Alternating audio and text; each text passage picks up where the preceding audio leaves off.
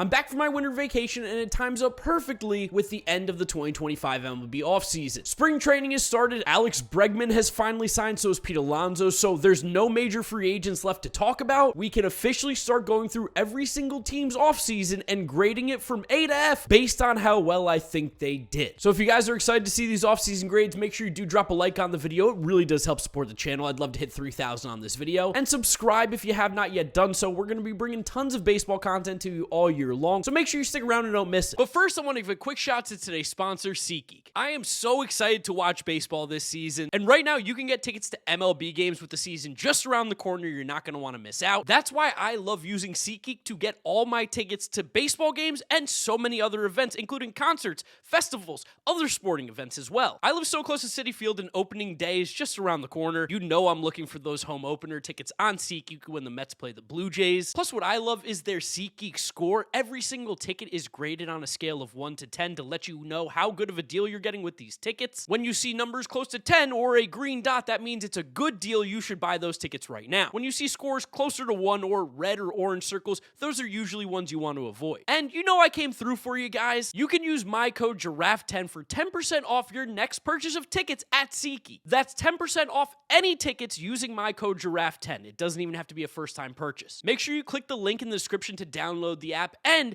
also have the code automatically added to your account so you can use it later. Thank you to SeatGeek for sponsoring today's video. Let's get back to it. All right, let's get started off in the American League East. The Blue Jays brought in Anthony Santander, Jeff Hoffman, Yimi Garcia, Max Scherzer, Andres Jimenez, Nick Sandlin, Josh Walker, and Miles Straw. The big names, of course, are going to be Anthony Santander and Jeff Hoffman. Hoffman on the bullpen side. Now, we do know there are some concerns with his medicals, which is why the Orioles ended up passing on Hoffman, where they actually almost had a deal with him. But he's still a really good reliever in Major League Baseball. He's been one of the best guys the last couple years. As for Anthony Santander, he's been one of the best power hitters in baseball the last couple seasons and has truly been an underrated player. These two players right off the bat make the Blue Jays a better team than they were previously. While Andres Jimenez is maybe not that player we saw a couple years ago, he still is great defensively and does improve this Blue Jays team. And then some good depth pieces along with, I'm still interested to see what Max Scherzer's got left in the tank. Overall, I don't think the Blue Jays had an amazing offseason. I don't think it was one of the best by any means, but it was a good offseason. This team got better with the additions that they made through free agency and through some trades. So for that, I'm going to give the Blue Jays the grade of a B. I still think this team has a lot of work to do, and you got to find a way to keep Vlad Jr. there if you want any sort of relevancy, but getting Santander and Hoffman were nice pickups. Baltimore Orioles up next, and they had a weird offseason. The biggest problem being that Corbin Burnes walked away. They seemingly didn't make a competitive offer to Corbin Burnes. They weren't really even close to seeming to re-signing him, and that feels crazy to me. The guys they did bring in, though, Tyler O'Neill, Tomoyuki Sugano, Gary Sanchez, Charlie Morton, Andrew Kittredge, Dylan Carlson, and Ramon Laureano. This is a super underwhelming offseason for a team that is primed and destined to really make a jump to that next level. The amount of young talent that they have on this roster that is free and amazing is unfathomable that they did not make a push to get more pitching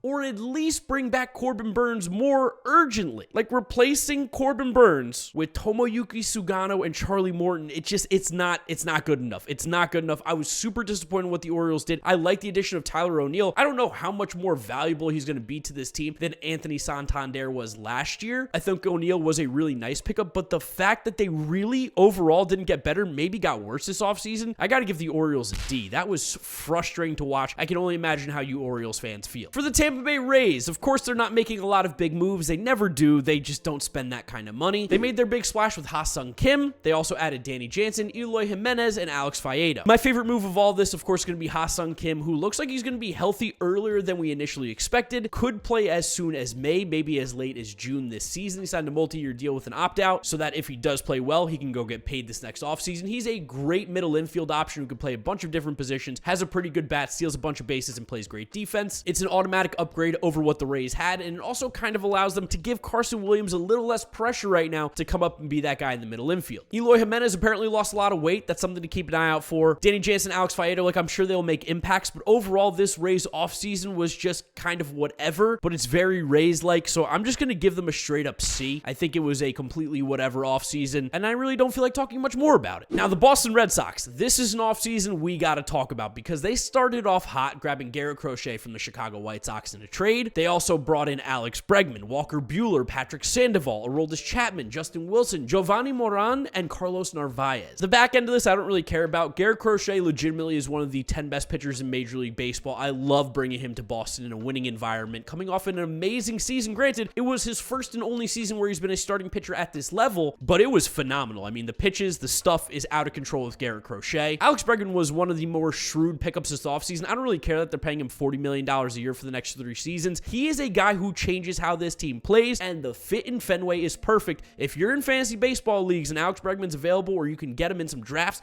I think you should be all over this guy. He's going to hit 60 doubles, hit 320, and maybe hit 35 home runs in Boston. That park just fits his swing perfectly. I think Walker Buehler is a really good low-risk, high-reward pickup. If he's anything like he was in the World Series or even playoff run for the Dodgers, an amazing deal. And they strengthened up the bullpen with Aroldis Chapman and even Justin Wilson. Like, those are 2 good left-handed arms to go along with some fun chaos right-handers that they have in that bullpen. I think the Red Sox are a sneaky good team this year. I think this is a team that a lot of people need to be on more. They can make some noise in the American League East. I gave them an A. One of the best off seasons in Major League Baseball. And then finally, we've got the New York Yankees, who again made a lot of moves. One of them being not bringing back Juan Soto because they lost it to my New York Mets. So that's tough. But they did make a ton of additions in lieu of not bringing Juan Soto back. Max Fried, Devin Williams, Cody Bellinger, Paul Goldschmidt. They brought back Jonathan Loaizaga. Fernando Cruz. They brought back Tim Hill and Alex Jackson. Max Fried's contract, while at the end of it might seem insane because they gave him that many years, he is a very good pitcher. He's a top 30 pitcher in the league. The Yankees rotation's loaded. Devin Williams is one of the best closers, if not the best reliever in Major League Baseball. That's a huge addition to an already loaded bullpen. Pitching-wise, the Yankees got it on lock. Cody Bellinger and Paul Goldschmidt, good bounce-back candidates. The park fits well to both of those guys. If Paul Goldschmidt starts to pull the ball a little bit more, you could see that power resurgence maybe temporarily in the Bronx. And Cody Bellinger just feels like he's going to pop off in New York with the Yankees. Plus, Fernando Cruz, sneaky nasty reliever that not enough people are talking about. A really nice pickup for the Yankees and Brian Cashman. Overall, I can't give the Yankees an A because they still didn't bring back one of the best players in Major League Baseball in Juan Soto, and they lost to the crosstown rivals. But I think it is one of the better off seasons in Major League Baseball, so I'm going to give the Yankees a B+,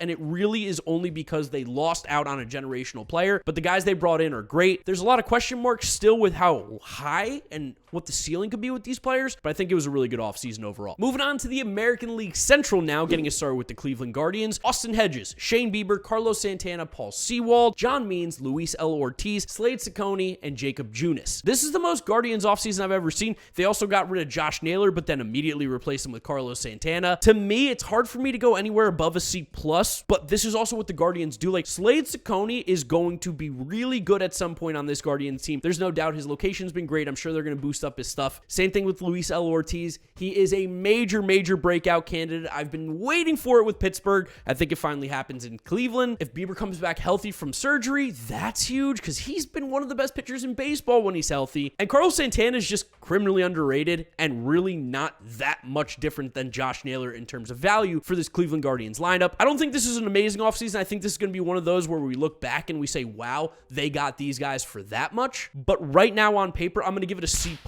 because I think the Guardians still just refuse to spend money when they have a roster that's close to being really good. Nobody in the Central really wants to differentiate themselves, and you'll see that through the rest of these offseason grades. The Royals, I'm kind of frustrated with what they did. They traded away Brady Singer, brought in Jonathan India. They signed Carlos Estevez. They signed Michael Lorenzen back, and they brought in Joey Wiemer. I don't particularly love this offseason from the Royals. I think offensively, they still have a ton of holes, and they are so reliant on Bobby Witt Jr. carrying the load, along with Salvador Perez having another great year. I know Vinny Pasquantino is due for a bounce back, and they have some fun young players, but I just don't know if the Royals have done enough. But then again, it's the American League Central, and that division stinks. Overall, I gave this one a D. I'm a little bit disappointed. I love what the Royals did last offseason. I guess they technically brought back Michael Wacha too, but this offseason just felt a little bit lackluster. Maybe I'm not seeing the plan. Maybe I'm not seeing the vision. I still like the Royals team in 2025. Like, I still think they are very much a playoff contender and a team that can easily win the AL Central. I wanted to just see them more. I wanted to see them put their foot on the gas. I thought a guy like Anthony Santander would have been perfect for that team. But I give him a D so far. Detroit Tigers. They had a somewhat active offseason. They brought back Jack Flaherty. Gleyber Torres signed with them, which was interesting. Alex Cobb, Tommy Kahnle, and John Brebbia. This Tigers team is clearly built on their pitching, and in that ballpark, it makes sense. That ballpark's huge, average, it's massive, and they have great pitching. They're not going to give up a ton of runs. And bringing back Jack Flaherty and bringing in Alex Cobb are two really good starting pitchers to go to that rotation. But I just don't think Gleyber Torres really gets you excited as a Detroit Tigers fan when that lineup so desperately needs help on the offensive side. So for me, while I like their moves at a base level, similarly to Cleveland Guardians, I'm going to give them a C. I think it was a better offseason than it originally was, because before adding Jack Flaherty, I think this was a pretty bad offseason. But same thing, I just don't feel like these teams are really pushing forward in the American League Central. It's frustrating. Now, one team that definitely had a bad offseason, the Minnesota Twins. I mean, you see the names here. It's Harrison Bader, Ty France, and Danny Coulomb. I like Danny Coulomb. He's a good left-handed reliever. But the rest of this, who cares? Minnesota Twins get an F. This team is so weird. This organization is so weird. I feel bad for Minnesota Twins fans. Last year was a nightmare. They brought back Rocco Baldelli. I just don't know how you have a nightmare season and you say, you know what? Let's run it back. The exact same thing. Let's see if it fails miserably yet again. It blows my mind. It really does. I have to give the Twins an F, which stinks because I really like a lot of their players. But man, that's an underwhelming offseason. Like Harrison Bader's the big name. Are we kidding me? And last but not least, we have the Chicago White Sox, who of course got the offseason started trading Garrett Crochet for a bunch of prospects. I absolutely loved it. Well, I didn't love it because Garrett Crochet is amazing, but I liked the haul that they got back. Kyle Teel and Braden Montgomery are very good, along with Chase Mydroth, who's going to be a major league player. They also brought in Martin Perez, Austin Slater, Mike Tauchman, Bryce Wilson, Josh Rojas, Michael A. Taylor, Tyler Gilbert, and Matt Thaiss. If you take away the Garrett Crochet trade, it's an F. It's terrible. I mean, these are literally all replacement level players that shouldn't be getting everyday starts on a major league team. With the Garrett Crochet trade, I guess I'll give it a D minus, D. I don't know. It's still a pretty lame offseason. I understand what the White Sox are trying to do. They're rebuilding, so they're not going to go crazy. But I just don't even see a world where almost any of the guys that they brought in are going to be wanted even at the trade deadline. They'd have to have such crazy good years. I guess Martin Perez and Tauchman are the guys who are interesting, but it's like, really? Whatever. Don't care. They're the White Sox. They stink. And that's it for the American League Central. Now on to the AL West. Let's get it started with everybody's favorite train wreck, the Los Angeles Angels. They made a big splash early, getting Jorge Soler from the Atlanta Braves. I still don't understand that trade by any means, but technically they are better with Jorge Soler than without him. They also brought in Yusei Kikuchi, Kenley Jansen, Travis d'Arnaud, Kyle Hendricks, Yoan Moncada, Kevin Newman, JD Davis, and Tim Anderson. If this was a team back in 2018, 2019, you'd think they'd be making some noise with these names on here. It's 2025, so it's about 6 years later. Doesn't feel the same. Doesn't have the same excitement. I like Kikuchi. I'm not sure what's going to happen to him when he goes to LA because it seemed like he figured something out in Houston, but we know the Angels have some of the worst pitching development in all of Major League Baseball, so I don't feel great about that. Soler's a good hitting DH. Kenley Jansen, I thought Ben Joyce is going to be the closer. I guess not. That feels weird. And then like the rest, it's just kind of a coin flip. I'll give them a C+ because I think the Angels theoretically got better. Like they definitely did by adding Kikuchi, Soler, Kenley Jansen, and these guys. But really, like this is how we get better? You went from basically like a 65 win team to a 70 win team. I don't know, C+. The Houston Astros, this one is frustrating because the Astros just seemingly are giving up-ish. They're not spending any money, it seems like. That seems to be the big thing, is they don't want to give out these long-term contracts, which is why they traded away Kyle Tucker. I don't think that trade was particularly great for them. Like, I like Cam Smith, but Kyle Tucker's amazing. I can't believe they gave him up. They brought in Christian Walker. They brought in Isaac Perez, of course, in that trade. Hayden Wesneski and Cam Smith, and then they also brought in Ben Gamel. They legitimately have one of the worst outfields that I've seen in a very long time. It's so bad that they might move Jose Altuve to left field. I like Christian Walker. Isaac Perez's swing fits so much better at Minute Maid rather than Wrigley Field, so that was a good move for him and a good move for the Astros. But losing Bregman, losing Kyle Tucker, and the pitching, I think is a little bit more in limbo than people are giving it credit for. I don't know about this Astros team. I gave them a C- because I think they unquestionably got worse, but they still did make some additions to this team. It's just like they prioritized first base over trying to keep the maybe top 10, top 15 player at worst guy in the outfield. It doesn't make sense to me. I would have just paid Kyle Tucker. He's so damn good. Now, how about the Athletics? Sneaky, fun little offseason. I mean, none of these names are going to make you excited by any means, but maybe this is me being so like Stockholm Syndrome by the A's that I think this is better than some people are giving it credit for. They brought in Luis Severino. They traded for Jeffrey Springs, Gio Urshela, Jose Leclerc is a nice bullpen arm, Luis Urias, and TJ McFarland. I love the addition of Severino and Jeffrey Springs to that that rotation. They needed more of these kind of guys that can give them some innings, that have some upside as well, along to go with the rest of their random starting pitching that they have. Mason Miller's got a setup man here, and Jose Leclerc. They actually have a kind of fun bullpen. Take a look at some of those names. They could be kind of a dangerous little team here, Oakland, and they extended Brent Rooker. Shout out to Brent Rooker getting paid. To me, this feels like a B-.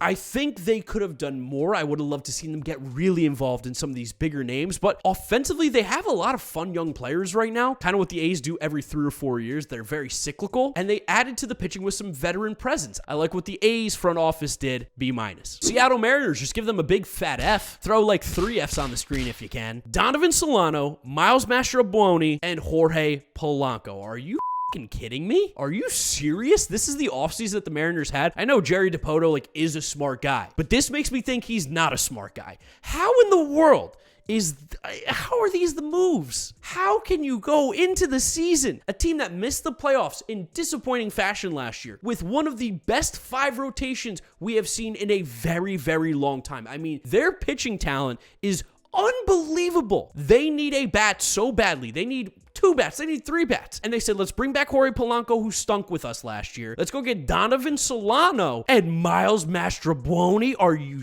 me? If I'm a Mariners fan, I'm not going to games. I'm boycotting. I shouldn't say that. I'd still go to games, but I'm buying them off the secondary market. I'm not buying them from the Mariners team. This is disgusting. This is disgraceful what this front office did. F. That's terrible. They got a couple bats. This is a World Series team. How do you not see that? What is Jerry DiPoto doing? And then finally in the American League West, we've got the Texas Rangers, who had a bit of a disappointing season in 2024. World Series hangover felt very real with them. They brought back Nathan Eovaldi. They brought in Jock Peterson and Jake Berger, which, that's kind of fun with that lineup. Kyle Higashioka, Chris Martin, Jacob Webb, Hobie Milner, Sean Armstrong, Luke Jackson, Robert Garcia, and Luis Curvelo. I don't know who Luis Curvelo is, to be fair. On the pitching side, I love bringing Nathan Eovaldi back. They need a little more consistency when you got guys like Jacob deGrom in that rotation. The bullpen is much better now than it was in previous years. Chris Martin's awesome. I love Jacob Webb. Hobie Milner is sneaky, been a really good left-handed reliever the last couple years. This team's definitely improved on the pitching side. And at the plate, Berger and Peterson, barrel kings. These were sneaky under the radar moves. Kyle Higashioka to maybe platoon at catcher with Jonah Heim.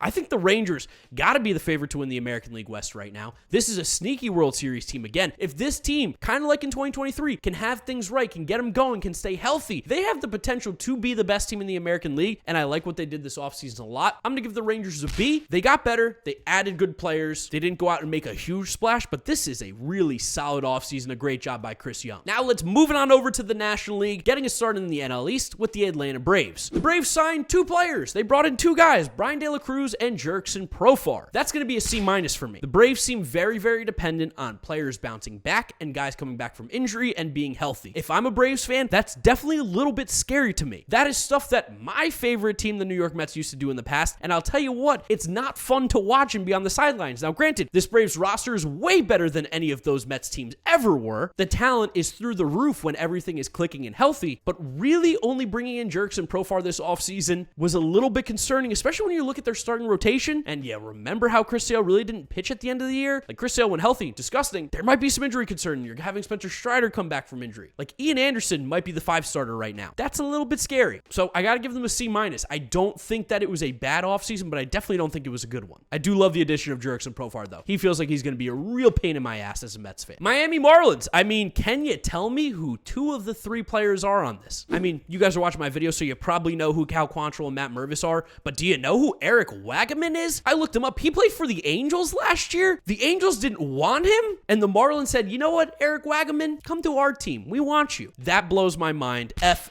They also traded away Jesus Luzardo. I mean, this is just, I can't see the vision right now. I truly can't. Obviously, they're not going to go out and go make big splashes because this team stinks, and at least they didn't trade Sandy Alcantara, but I just don't see the vision just yet with Peter Bendix. Maybe the organization was in such turmoil and just so god-awful that it's going to take a lot longer than it would with most teams when you're going for a rebuild, and there's really no reason to rush it right now. That's the only thing I could say, but yeah, I mean, this is an F. You can see that smile on my face. It's time to talk about the New York Mets. I mean, we signed Juan Soto. Ever heard of him? One of the 5 best players in baseball. Juan Soto's a New York Met. Juan Soto's a New York Met. Juan Soto's a New York Met. It's never going to get old. We brought back Pete Alonso. We brought in Clay Holmes, Sean Manaea, Frankie Montas. Not great that he's already hurt, and he's going to miss 2 months already. AJ Minter Minter, Jesse Winker, Jose Siri, Ryan Stanek, Justin Hagenman, Jared Young, Griffin Canning, and Drew Smith. I mean, when you sign Juan Soto, you get an A. That's just simply how it is. And if you don't think the Mets deserve an A,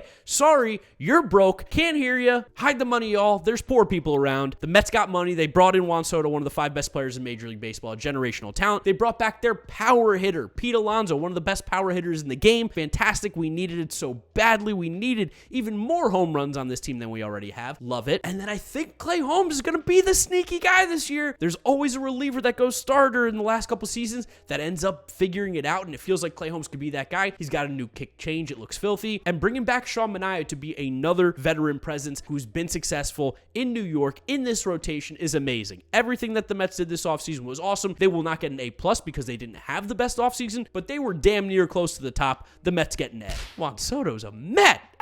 For the Washington Nationals, actually a really nice offseason. I love what the Nationals are doing. This rebuild is going beautifully. They made a trade for Nathaniel Lowe. They brought in Michael Soroka, who had sneaky been a guy who I thought could become an elite reliever. If you check his numbers at the end of the year, they were ridiculous. I think they're going to go starting pitching with him, but if not, he could be a really, really good closer, reliever type guy. They brought in Josh Bell, Trevor Williams is back, Paul DeYoung, Ahmed Rosario, Jorge Lopez, and Shinosuke Ogasawara. I think I said that right. I hope I did. Shout out all my Japanese viewers. All those veterans towards the bottom that I mentioned are great trade deadline flip candidates, guys who can play multiple positions or have some sort of value to teams that could be competing for a playoff spot or a World Series. So those are great short-term deals that you could then flip into more prospects to help beef out that organization. They already have great young talent. You got Nathaniel Lowe for the next couple years. Josh Bell's going to be in there being a DH as well, helping with the offense. This Nationals team will be a ton of fun to watch, which is kind of crazy to say. Maybe that's just me being an insane baseball person, but I can't wait to watch James Wood for a full season. And that's as a Mets fan. I mean, he's going to torment the shit out of me. But I think they actually had a really good offseason. I'm going to give the Nationals a B-. I like what Mike Rizzo and the Nats did over there. And then for the last team in the American League East, what?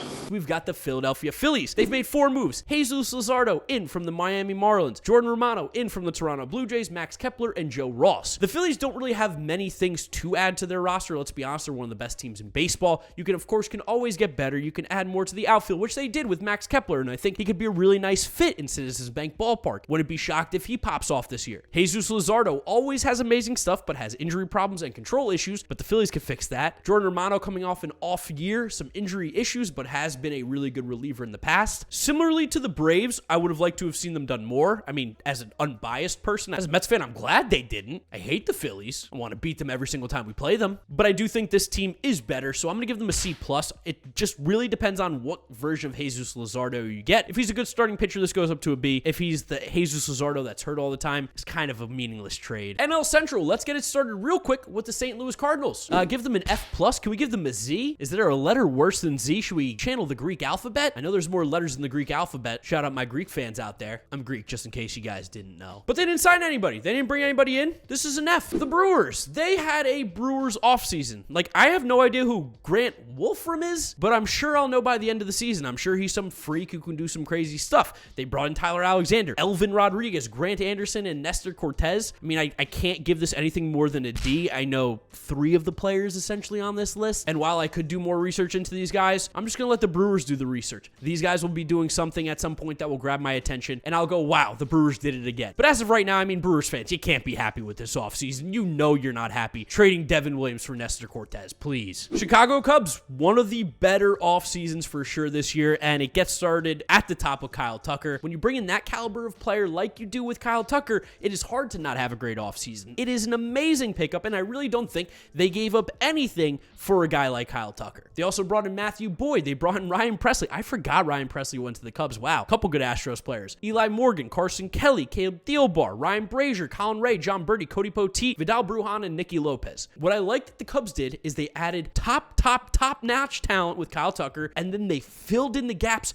the rest of this 26 to 40-man roster with major league caliber players where if someone needs a day off, someone gets hurt, you're not completely handcuffed by the replacement level guys that you'll have. I like all the moves that the Cubs made. I'm going to give the Cubs an A, and Kyle Tucker's a big reason why. Also, Matt Boyd, sneaky was really good last year. And Ryan Presley is a great reliever. For the Pittsburgh Pirates, so incredibly disappointed. I wish their owner would spend money because they have such a ridiculously good young core of pitchers right now with Mitch Keller, Jared Jones, and Paul Skeens. And And then you got Bubba Chandler coming, who looks disgusting. You got Braxton Ashcraft. I mean, they just have so many talented young players on the pitching side. I wish they went out and spent more on the hitting. They brought back Andrew McCutchen. They traded for Spencer Horwitz, added Tommy Pham, Adam Frazier, Caleb Ferguson, Tim Meza, and Emmanuel Valdez. Caleb Ferguson, nice left-handed arm to add to the bullpen. Tommy Pham, classic trade deadline candidate. If he has a good first half, which he almost always does, he will be traded for prospects. McCutchen's never leaving. Spencer Horwitz, I mean, he's fine. This is such a weird offseason. It's annoying, and I feel for you Pirates fans because you should have gone for more. With the young talent that they have, this is the chance to push. They haven't handed out a multi-year contract, I believe, since Ivan Nova 10 years ago.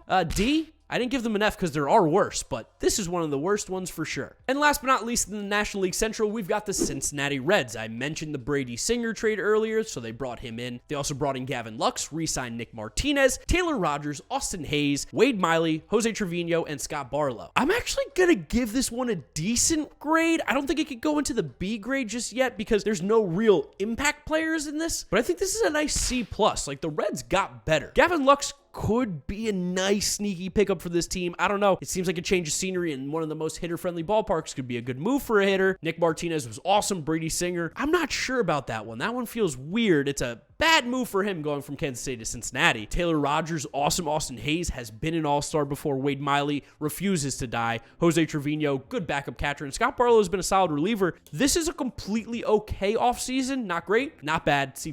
And for the last division in Major League Baseball, we've got the National League West. Getting it started off with the Arizona Diamondbacks, who brought in Corbin Burns, the best pitcher available on the market, Josh Naylor, Randall Grichuk, and Kendall Graveman. While there might not be a ton of names listed here, I think those two at the top between Corbin Burns and Josh Naylor are some of the best two players that teams have brought in this offseason. Corbin Burns, one of the 10 best pitchers in Major League Baseball, without a doubt. The dude's been elite. He's a Cy Young candidate every single year, and he's getting added to a rotation that I already love with a lot of talent. And Josh Naylor, they needed first base help. They needed it badly. Josh Naylor is a legit power bat who is going to hit some absolute bombas out in Arizona, and the dude's a dog. Absolutely love it. Randall Grichuk, good depth. And Kendall Graveman, I feel like we kind of forgot about because he was hurt last year. A couple years ago, he was an all-star reliever. Really good low-risk, high-reward pickups. So I gave the Diamondbacks a B+. I thought it was a really solid offseason. When you get the best pitcher and a power-hitting first baseman, that's great. All right, I mean, this is the best offseason maybe we've ever seen. One of the best offseasons in a very long time. They just keep doing it over and over again. The defending World Series champions, Los Angeles Dodgers, get an A+, because look at these names. Look at the names that are listed here. Blake Snell, Roki Sasaki, Teoscar Hernandez, Tanner Scott, Clayton Kershaw, Hai-Sung Kim, Kirby Yates, Michael Conforto, Blake Trinan, Enrique Hernandez, Giovanni Gallegos is taking a minor league deal. What? The Dodgers are freaks. I mean, top to bottom, this is one of the best free agent classes that a team has ever brought in. Blake Snell is disgusting. Roki Sasaki is disgusting. Tanner Scott's a great reliever. Teoscar Hernandez is awesome. Michael Conforto is going to pop up. Everywhere you go, these are all amazing moves, and it's an A+. And again, just like I have been all offseason, I'm tired of talking about the Dodgers. They're so damn good. Now, unlike the Dodgers, you see the Giants brought in two guys. They brought in Willy Adames and Justin Verlander. Those are at least the ones worth noting. I like Willy Adames a lot. I actually think that's a great move. I didn't think it was an overpay by any means. His offensive numbers are going to go down in San Francisco. It's just a harder park to hit in. But defensively, he's great. Offensively, he's really good. And that left side of the infield with him and Matt Chapman's awesome. Justin Verlander's the interesting one. I don't know if he has anything left in the tank. You look at his stuff plus numbers, they're a little bit all over the place. He's still got a little bit left there. The location's been great, though. So maybe a more pitcher-friendly ballpark can help Justin Verlander as he gets into his older years. Like a fine wine, he only gets better with age. I'm going to give the Giants a B- because they did grab some good players. They just didn't grab enough, I feel like. Is that because it's Buster Posey who's running it and he's not quite sure exactly what to do just yet? I don't know. We'll see how it goes, but B- overall. San Diego Padres probably would have had one of the worst off seasons of all time, but with all the turmoil with their ownership and everything going on, it's a little bit understandable. They also don't really have a TV deal right now, so that's tough. Before they brought in Nick Pivetta, they had Elias Diaz, Connor Joe, Jason Hayward, Kyle Hart, and Yuli Gurriel, who just signed today. That would have been like clear F. Like, why even bring those guys in? Nick Pivetta at least bumps it up a little bit to a D, because I like Nick Pivetta as a starting pitcher. They got him on a dirt cheap contract, like incredibly team-friendly. I can't believe Nick Pivetta ever signed this thing. Can't believe he didn't take the qualifying offer from the Red Sox. I have to give this a D. It's just not a good offseason by any means. I feel bad for Padres fans, but also, you live in San Diego, you got amazing weather, and you still have fun players, and it's still a good team. Which leads us to our last team, the Colorado Rockies, who, of course, get an F because it's Jacob Stallings, Tyro Estrada, and Kyle Farmer. And I don't really want to say much else. That's an F. Ooh, stinky. So there they are, my grades for the 2025 MLB offseason. I'd love to know what you guys are thinking down in the comment section below. Do you agree with me? Do you disagree with me? Let me know what you're thinking. Drop a like on the video if you did enjoy it, as well as subscribe to the channel so you don't miss out on any of the content coming at you. Follow me on all my social media, GiraffeNeckMarc, links are in the description. That's where I'll wrap it up. You guys know the drill from here on out. YouTube recommends you watch this video. This is my most recent upload, so click through those if you have not yet seen them. Thank you guys so much for supporting the videos and the channel, and I'll catch you all in the next one. Bye.